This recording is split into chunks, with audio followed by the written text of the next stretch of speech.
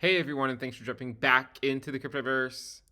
Today, we're going to talk about Bitcoin, but specifically, we're going to be discussing the Bitcoin dominance. If you guys like the content, make sure you subscribe to the channel, give the video a thumbs up, and also check out Into the Cryptoverse Premium at intothecryptoverse.com. If you're unaware of my general stance on the Bitcoin dominance, which I don't imagine many people are that watch this channel, but if you're unaware, my general expectation is that the bear market for Bitcoin will not end until we see the dominance go up in really a somewhat spectacular fashion. Okay, that's my general thought on the market, and we sort of saw a a glimmer of that type of a move earlier in 2022. And if you notice, this move started in January and it lasted until about June. So essentially, it lasted about half a year or so. Now, what's interesting is this move technically put in a higher high. Okay, so we technically put in a higher high. And if you look at these lows, and this again, this one's including stable coins. If you look at the lows on the Bitcoin dominance, you can see that we were ever so subtly just putting in a slightly lower low, right? In May of 2021, and then again in September of 2021, and then in January of 2022, and then finally again in September of 2022. We were also more or less putting in lower highs, right? So if you look at this pattern, it's been going on for a long time, with the exception of the fake out right here. We were putting in a high, a lower high, and a lower high. Now, this here was a fake out, right? And arguably, one of the main things that led us back down this path back into here could be the merge, right? It could be the Ethereum merge. However, you could also argue another potential cause of something like this and sort of the prolonged move of the dominance of Bitcoin at the lower part of the range was due in part to the nature of this most recent market cycle, right? A double peak cycle. So it's very dissimilar from what we've seen in the past, and arguably that has continued to leave the dominance at low levels for a longer period of time than we would otherwise expect. Now, one way to think about that is to think about how normally when we get a mania phase, there's not a whole lot of people that buy in the grand scheme of things. Now, of course, a lot of people YOLO in at the top and sort of the last people that come into the bull market before it's over. But in terms of time spent at the top, there's not that much time spent there. So there's going to be a limited amount of people that actually put money in there or large amounts of money at the top. Whereas in 2021, what happened? We spent a long time at the top, right? I mean, we're talking months, meaning that a lot of people would have had a lot of time to buy not only Bitcoin, right, but a lot of altcoins at the top. And instead of seeing a what I would consider to say be more typical, where you see the dominance go up relatively quickly after the peak within like half a year or so, this time, arguably, it's taking about twice as long. All right. Now, one of the interesting things is that it is breaking out once again. You can see how it's breaking out once again. But I want to draw your attention to, again, a few similarities between this sort of this cyclical behavior. If you look at the bull market support band, which is something we talk about a little bit for other assets, and I don't think it's necessarily the most informative for Bitcoin dominance, but it is at least somewhat useful to look at because there are still similarities between what went on once upon a time in 2018 and then again what's going on today, right? And what you'll notice in this case, we saw the dominance drop back down to around that 38, 39% level, blast back up, get rejected off the bull market support band, come back down, find support, and then blast through. Okay, that's what happened. Same thing again, right? Support down here, up to the bull market support band, rejection, found support at a higher low, basically same story over here. And then, again, my general expectation is that for us to continue to move higher. Now, I am surprised, honestly, that the dominance has stayed this low as long as it has. And one of the biggest counterpoints, and I'll say, is because a lot of people say this, is that, well, they'll say this time is different, and they'll say, there's a lot of altcoins in the space that provide real utility, and it's not the same as it once was. And then you look around and you see so many scams going on in the space, and you see what happened with FTX and all the coins associated with that. And I mean, there's a lot of scams. There's a lot of fraud in the space. Now, is there some truth to the space being more mature and the altcoin market being more mature? Well, I would say there is, but I would also argue there's maturation of Bitcoin as well, and seen in a different light than it was back in 2017, 2018. I think people take it a little bit more seriously now than they did back then. So you could argue that while there has been some maturity of altcoins, there's also been the maturity of Bitcoin. And I will pose this question to you, because this was something that was said to me, and this was sort of an argument in the other direction as to why someone thought the dominance was going to go down, and it was because of all the VC money, right? All this venture capital money coming into the space that would ultimately render something like the dominance of Bitcoin irrelevant, because there's just simply so much more money coming in, and they mostly care about these other things, not Bitcoin. I would phrase it back the same way, right? Despite the fact that so much money came into crypto in 2021, despite this, and despite all the VC money that flooded the space through all these different altcoins, despite all of it, the dominance was not even, at least not at this point, not even able to go below where it was in 2018.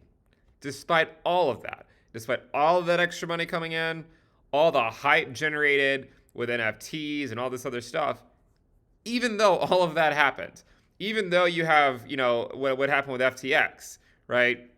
Where they claim they were just, giving users notional Bitcoin rather than real Bitcoin, and all this sort of stuff.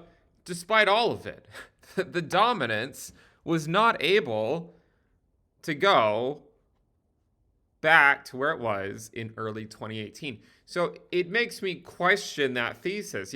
How serious can I take such an argument if, despite all of that, you still don't see it? And there's not, a lot of the VC money came in over the last couple of years. It's dried up considerably since then. Well, why? Well, I mean, cash isn't cheap as it's not as cheap as it was, right?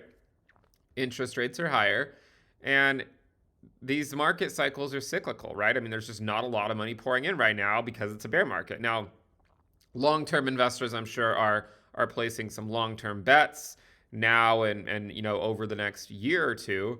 But at the end of the day, there's not a ton of money pouring in at this moment compared to what was going on a year ago at the same time, right? I'm not saying there's no money coming in, but my point is, despite everything, we were unable to put in a new low.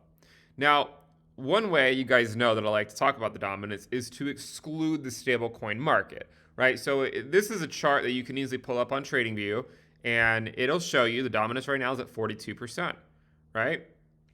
Now, I would argue that there's some similarities between where we are right now here and where we were back over here. But you might say, well, Ben, back then the dominance was already at 44%. Now it's all the way down at 42%, right? Well, one thing you have to consider, and I've said this many times, is the influence of stablecoins. And the stablecoin market has grown exponentially, basically, since 2018. And so this flight to safety, which used to only be Bitcoin, is now, you can go to stablecoins, and therefore it'll have some of their effect. So then, of course, one of the ways we look at the chart is to remove stablecoins from the equation. So this is the dominance of Bitcoin when you include stablecoins, right? This is when you include it. This is what it looks like when you exclude stablecoins. What do you notice? Once again, it's just simply one higher low after another over the span of a year and a half, going really longer than that if you want to go back to 2018, because we're still putting in higher lows from there. One way to visualize it, I drew it on one of these other tabs that I have right here. One of the ways to visualize it is like this. This is the dominance excluding stable coins. You can see that it's over 48% right now. What do you notice though? Lower high, lower high, lower high, lower high. Again, lower high. But we're also putting in higher lows. We've been putting in higher lows since 2018. So then where does this take us? Well, one thing we could do is we could extend this time frame out a few years and kind of imagine in our head that eventually these trend lines will meet. Now, let me be clear about something. I am short-term to medium-term bullish on the Bitcoin dominance. I also recognize that at the end of the day, and once we get to a new fresh cycle and a new bull market, we will likely reach a point where the dominance will go down again, okay? So I do anticipate that the Bitcoin dominance is leaving this trend line behind for a while, okay? Could we come back down and test it again? Maybe. But my point is I don't think we're going to be spending too much more time down here. And I think we're going to be going into a new phase of the market cycle where the dominance, and again, this is excluding stable coins, though I think including stable coins will also go up a lot as well. This is, I think, making a huge break to the upside. This was sort of a glimpse back in the middle of 2022 of what it was going to look like. And it came back down, arguably because of some of the hype around the Ethereum merge and whatnot, but also just because it was a double peak cycle, a lot more money in, takes a lot longer to unwind that money. There's a lot more people that have to capitulate, right? These other positions. And so my argument here is that what you'll likely see, in my opinion, again, this is my opinion, what you'll likely see is a move to the upside, but I don't think that move will initially get to the upper range, okay? What I think is that we'll see a move maybe halfway in between, where perhaps excluding stable coins, it gets up to 60%. Excluding stable coins, it gets up to 60%. Then it might calm down for a while, right? And altcoins could run against Bitcoin for a few months. But then during Bitcoin's next bull run, I think you'll see another leg up to the top of the trend line. If you look at the last cycle, what you'll notice is the first leg up here was during Bitcoin's bear market, right? This was during the Bitcoin's bear market. Then it slowly trended down for a while, right? Slowly for a while, it trended down. And then it blasted up again, right? You can see right here, the Bitcoin dominance blasted higher. What was going on then? In 2019, Bitcoin went up like 4x. And then it came back down again and then it hit the top of the trend line when Bitcoin had that parabolic rally, in late 2020. Okay? So by the time you reach the top of the trend line, you're potentially looking at sort of Bitcoin's climactic move where it's made this parabolic move to the top of the Bitcoin dominance trend line. At which point a lot of people might think, all right, well, now it's time to convert, everything to Bitcoin because it's going parabolic. But in reality, that's when you typically would actually want to go back the other direction, So again, a lot of people have called me a Bitcoin maxi this year. They're allowed to think that. If you follow this channel for any number of years, that's not true. I specifically said in the early parts of 2022 that during a bear market, I put on my Bitcoin maxi hat just simply because I know how bad the altcoin market can get during a Bitcoin bear market. And I also said, and a lot of the common response to that is, well, Bitcoin's also gone down a lot as well. And it has. And that's why I've just simply said cash is king this year, right? Like cash is king. Most, but not all, altcoins will bleed against Bitcoin, right? But Bitcoin likely bleeds against the US dollar. Why? Because it's a bear market. We've talked about this a lot, this time-based capitulation component. And we even just recently broke down out of the most recent bear flag. We put out a video on this just a week ago or so. The time-based capitulation component where everyone gets fooled into buying the dip, but we just keep going down. And it's this, the hard part is time-based capitulation, not always price-based. If it were just price-based, it'd be easy, right? You watch it drop, you put in your money, and then it goes back up again. That's not how it works. It drops over a long period of time. It takes a long time for people to sort of capitulate out. And what you'll see, with going back to the dominance is, the way this goes up, if you had to think about what are some fundamental ways that it could go up, there's plenty, right? Plenty. Regulation fear, for one thing. Bitcoin's a commodity, right? Hopefully, Ethereum is a commodity. Personally, I hope ETH is a commodity.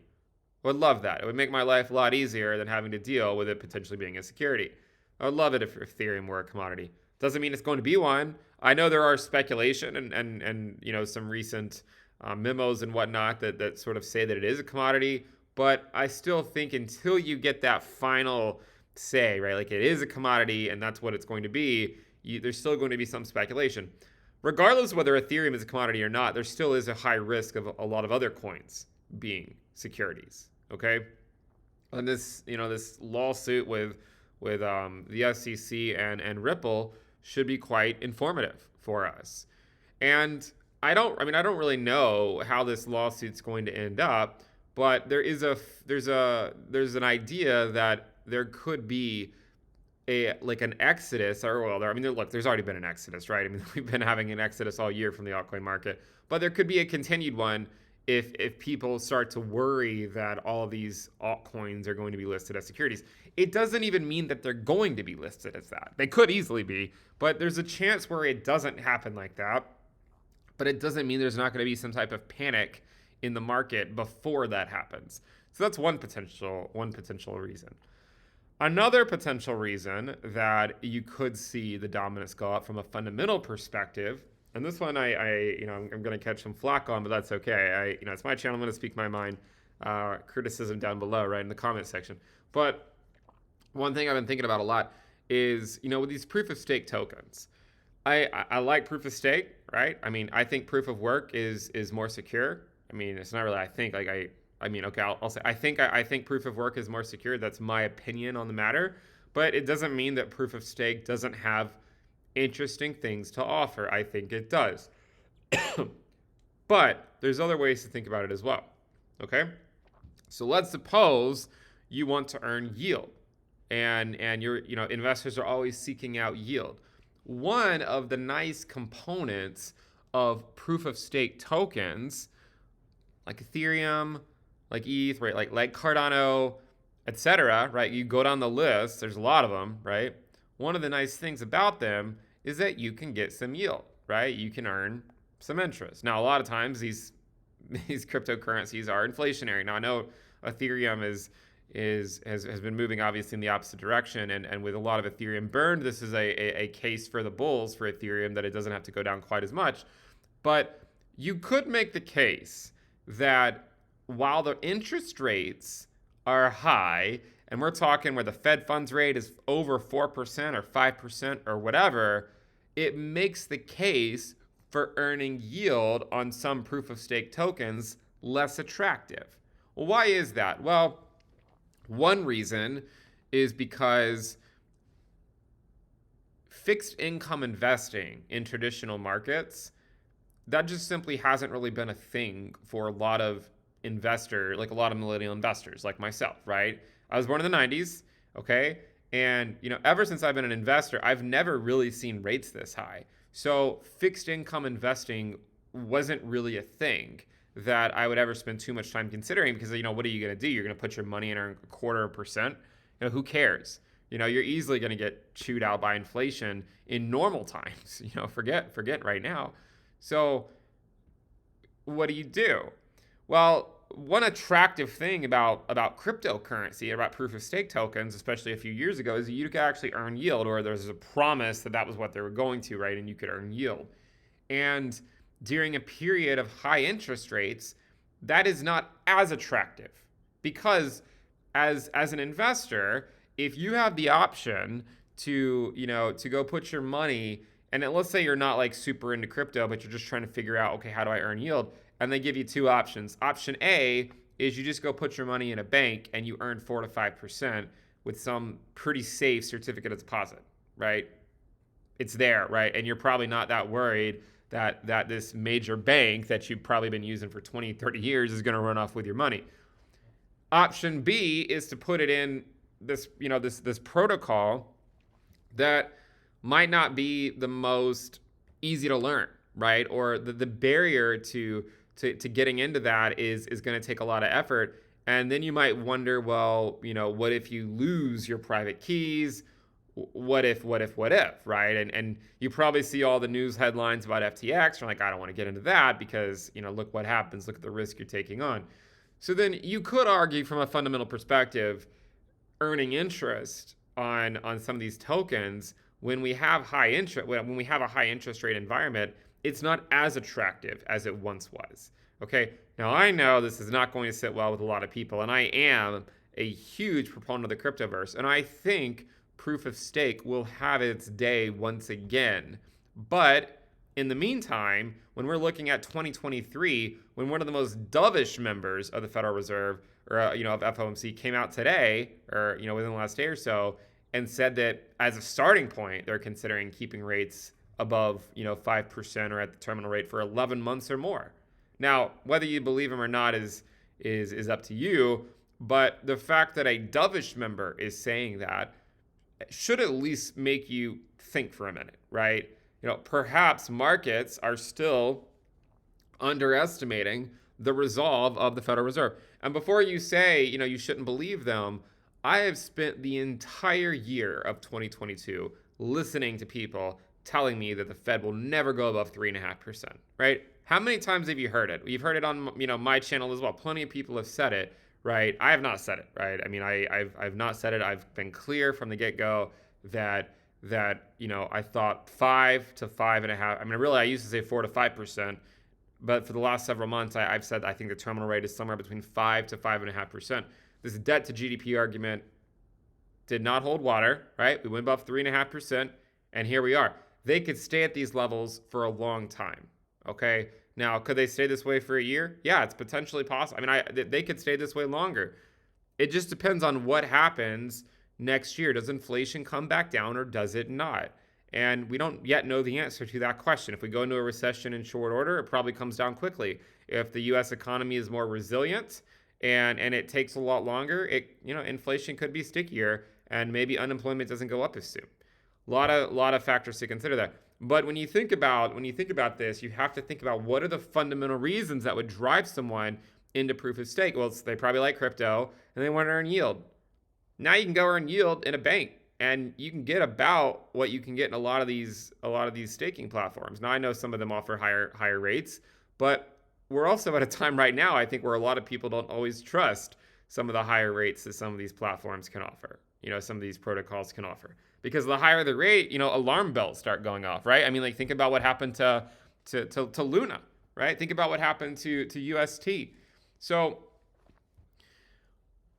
this is a fundamental reason, right? And people always want me to talk about more fundamentals and not just stare at the charts, but these are fundamental reasons why you have to consider there could be some inherent weakness in the altcoin market in 2023 with respect to Bitcoin. Furthermore, there's also just this idea of a lot of these altcoins that have these really high market caps, there's not really a lot of liquidity there. And so the minute there's like a rush to sell, the market cap can come down very quickly because the price can come down very quickly. And the price comes down very quickly because the order books are thin. All it takes is a few large sells and you could be down 10%. Right? I mean, that's basically what happened, in the last few hours. I mean, right now it shows these prices are all up because we just started a new day at the time that I'm recording this video. By the time you see it, it might even be another day later after that. But a lot of these coins just dropped a lot, right? Like ADA's at 26 cents, DOT's below $5, Solana's at $12, Litecoin's back to $66, and so on and so forth. There's still been a lot of weakness in the altcoin market, and if you see this continue, it would not take very long for the dominance to start to really move higher. I mean, look what it did in the span of a week so far. It started this week off at 40.8%, and now it's above 42%. And this is just within the last week. Imagine this altcoin reckoning phase goes on for another 2 to 3 months. That's exactly what happened over here, okay? Bitcoin went sideways, all right? Bitcoin went sideways during that phase. Right here, Bitcoin was going sideways. The dominance went up. Why? Because the altcoin market was bleeding. Okay? So again, I know I'm going to be accused of being a Bitcoin maxi, for a long time, but I've been honest with you guys from the start. I put on my maxi hat in bear markets. I don't really care about the claims that I am one. It's just, and I've seen the destruction of altcoins, and I know how bad it can get in a bear market. That's why back in Q1, in February, in fact, I put out a video saying the tips for navigating the bear market. In that video, I said altcoins are risky. I discussed the idea, right, of if you're considering buying altcoins, it probably would be better to take a cold shower and reconsider throughout 2022 because they're just simply falling knives, is what they are, right? And let's go take a look at a few of them, right? Don't take my word for it. Let's go take a look at a few of them. So, and let's look at their Bitcoin pairs first. And maybe you can start to see how they could come down so much. This is ADA Bitcoin. So I'm going to start with an altcoin that I've even spoken about on my channel. Some of my earliest videos were on ADA at 2 cents. And I said, I think it's a good buy below 10 cents for the next bull run. And it was, right? I mean, it was. But what you'll notice is that these things are often cyclical.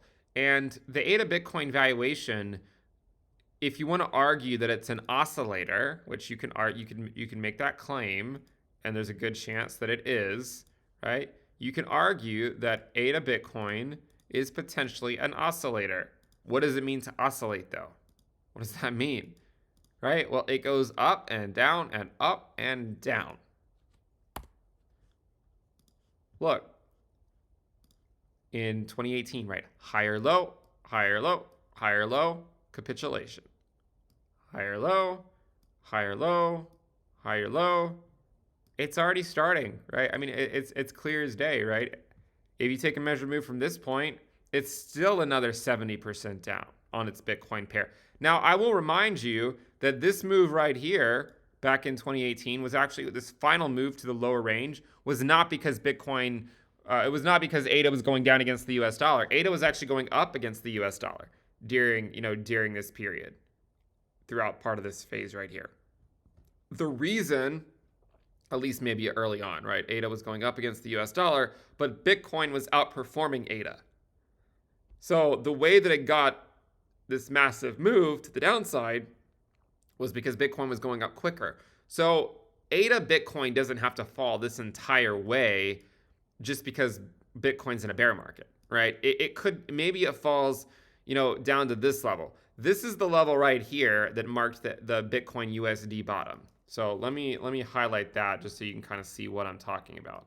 Okay, so this low right here on ADA at 850 Satoshis or so, that marked the Bitcoin USD bottom right here. If you draw the line in the sand across, that gets you right there. How far would ADA Bitcoin have to fall to get to that level? About another 46% or so. But you can look at this for like every single altcoin. It's not just ADA. There's so many of them that have this very similar structure. Go take a look at Avalanche. This is a coin we've talked about plenty of times, right? Same thing, right? Higher lows. It breaks eventually, and there's a lot of air down below, right? And if this is an oscillator, maybe this first impulsive move is not where it comes back to. And the reason you might argue that it's not really rationalizing it. I easily think it could go all the way back down. But if you look at like Ethereum's Bitcoin valuation, and you go back far enough, you'll notice that first impulsive move, we did not make it all the way back down, to this level down here. We sort of came somewhere in here after this sort of first intermediate intermediate bull market. So there's a chance that, AVAX only comes down to maybe these levels right here. But at the same time, there's a difference. This was an entire bull market, right? Like this was not like for Ethereum's USD valuation, it was basically in a bull market the entire time. And AVAX, I know this. So this initial move in 2020, in early 2020, I believe Avalanche was, I don't really know exactly what it was doing back then on its US dollar pair. I know a lot of altcoins were really struggling back in Q4, and anytime they went up, Bitcoin would go up a little bit, and some of the altcoins would get spooked anytime Bitcoin would drop. But look, I mean, you could argue, while there are some differences, there's also a lot of similarities. And so, is there a chance that this, this here is somewhat similar to this move on AVAX, right? And that you see another move down that's still higher than this one, But even if you do, it's still another move down, right? Where the Bitcoin valuation, the Bitcoin dominance could go up. Solana, another example. We talked about this one a lot. There's been people telling you to buy the dip on Solana all year. What has it gotten you, right? I mean, it's just a falling knife. It's a falling knife. Don't fall for this stuff, right? It's a way to get you hyped up and to make you feel good about it. And then when it goes down again, what do they say? They just say, oh, just buy the dip. It's easy to say buy the dip, but how do you buy the dip if you've been buying the dip all year, right? Like, it's one thing to say it, and it's another thing to do it. So buying the dip during a bear market, it just simply is not that great of a strategy for the altcoin market. Now, the counterpoint could be, well, you don't know what you're talking about because altcoins will go back to new all-time highs eventually. This is a common thing I see. Well, they'll eventually make it to new all-time highs. A lot of them won't, right? I mean, I hope that your altcoin does. I'm not wishing anything negative against you, but I have seen so many altcoins come and go, never to rise to new all-time highs again. There's a good chance that in the next bull market, a lot of the new altcoins that go parabolic might not even exist today, right? They might not even exist right now. So to assume that all of these altcoins necessarily have to go to new all-time highs just because you like their community and just because you think it's fundamentally sound doesn't mean a thing, right? It just simply doesn't mean a thing. Plenty of altcoins have come and gone that people thought the same exact thing. And where are they now? In the crypto graveyard, right? No one even knows their names anymore. And if you were to start to mention some of them from 2013, WorldCoin, MadeSafeCoin, BBQ Coin, most people don't even know what these are, right? Because they're relics of a past cycle. They're relics of a past cycle. In the same way, the next bull market, some of the altcoins today will be relics of a past cycle. In a few years, when we're in a new bull market, whenever that occurs, let's say it's 2 years from now or something, when we're at like the peak of a new bull, when that happens, if and when that happens, there's going to be some altcoins today that you might mention to someone that's a new investor at that time. They could be like, what are you talking about? What is that? They're not going to care about it because there's going to be new shiny objects at the time.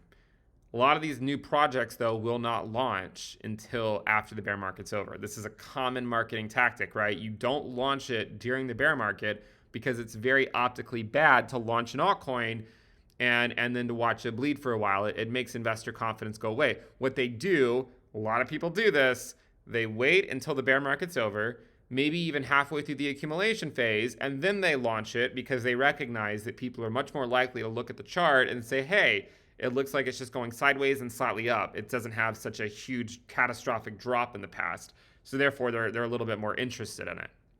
So you have to think about this from a lot of different angles. So fundamentally speaking, not only do you have a higher interest rate area, right? We're in a higher interest rate regime right now by the Federal Reserve, courtesy of the Federal Reserve, because inflation is high. So it's going to make it less attractive, I think, for certain yields in cryptocurrencies, not only because you can get similar yield outside of crypto, but also because a lot of people don't trust crypto right now. It's likely going to take a year. I'm just being honest with you. I could sit here and tell you we're going to go, things are going to be peachy tomorrow, or I could just tell you what I think, and what I think is that 2023 is going to still be a difficult year. It doesn't mean we're going to have nearly as much downside as we had in 2022, but you're still going to have a lot of people really start to question crypto. And a lot of times it takes about a year of going sideways after the bear market year before we can really start to gear up and have that confidence for a new bull run, right? It takes about a year. During that time, sentiment goes down. As the social risk goes down, if we go take a look at the indicator dashboard, as the social risk goes down, the Bitcoin dominance usually goes up. If you look at Bitcoin dominance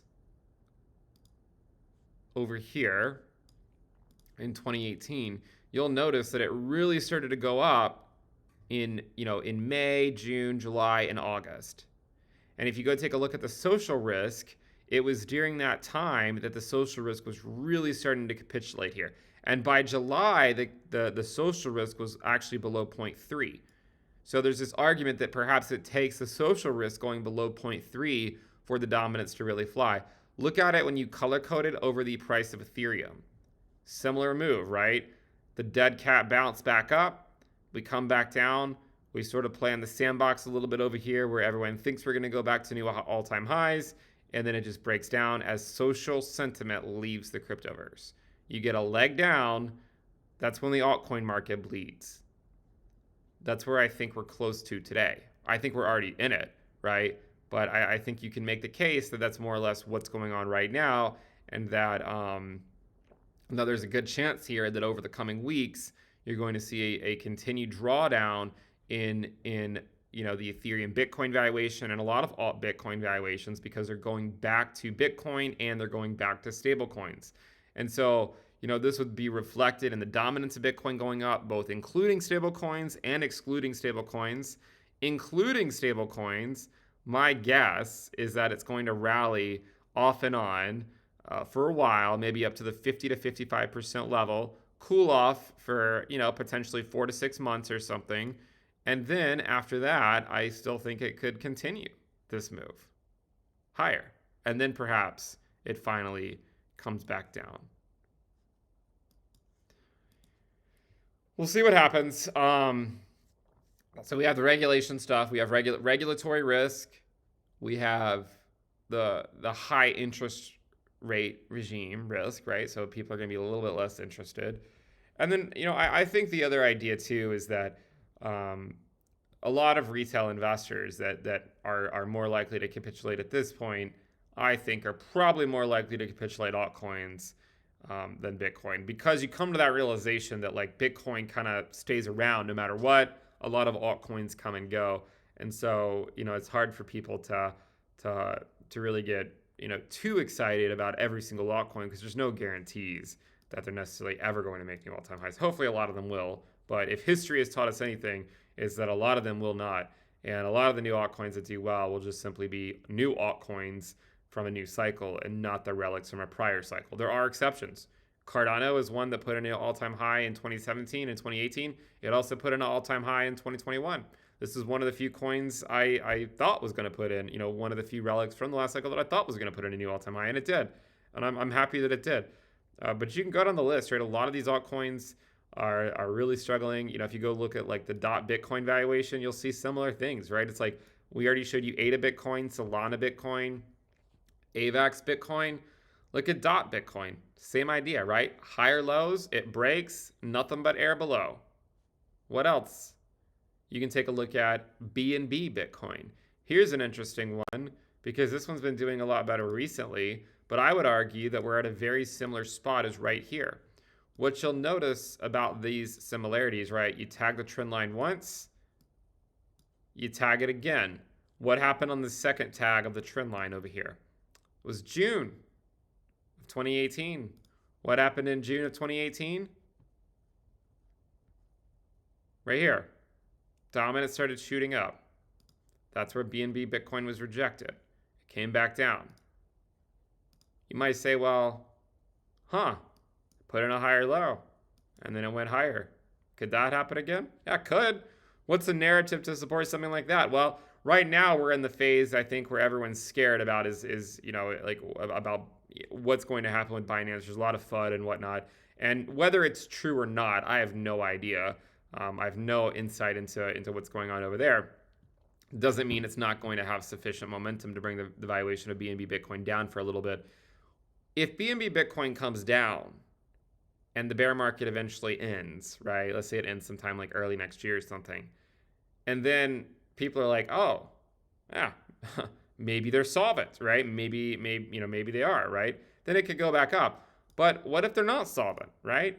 Then it doesn't go back up, right? And it just goes down. It's not a risk I'm willing to take. Maybe you want to take it. I have no idea. I have no idea if they're solvent or not.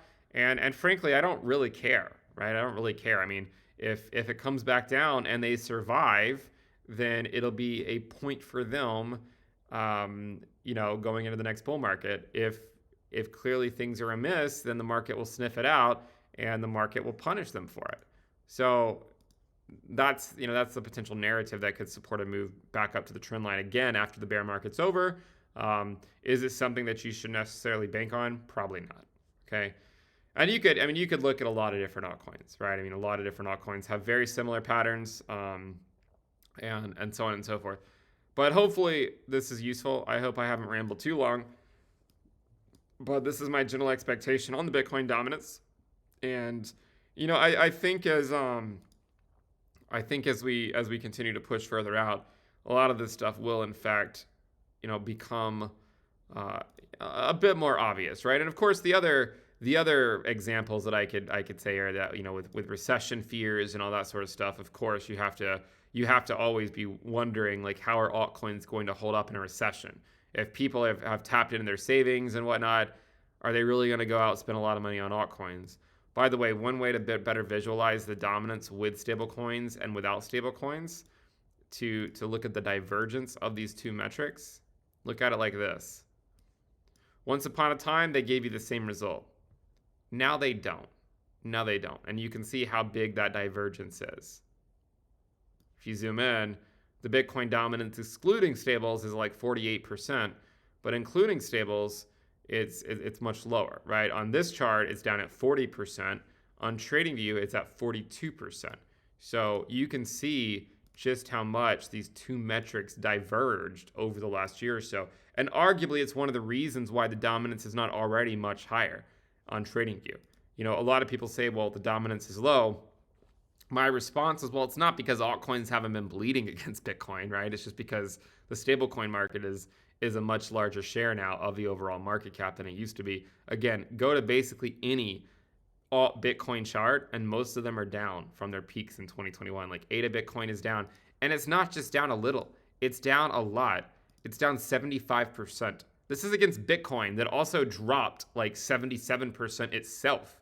ADA Bitcoin is down 75 to 76%. Even Ethereum, which has been holding up better than most, is still down this year, right? It's still down 11.3%. And from the peak that it had in 2021, where it went almost up to 0.09, it's down about 21, 22% or so. So it's still down, not down a lot, at least yet. I do think the Ethereum Bitcoin valuation has a good bit further to fall. Bitcoin, right? Same idea. And you can basically look at most altcoins, not all, most of them are down significantly, right? So the reason the dominance of Bitcoin, including stablecoins, is not higher isn't just because altcoins haven't bled against it. It has. It's just that the stablecoin market has grown significantly. But even with that said, you are finally starting to see the Bitcoin dominance, including stablecoins, break out to the upside. And in the same way, you're starting to see the dominance excluding stablecoins break out to the upside as well. And as I said, it's been, the dominance excluding stablecoins has still simply been putting in higher lows all year long. So hopefully you guys like the content. Hopefully it's been helpful towards you in this bear market.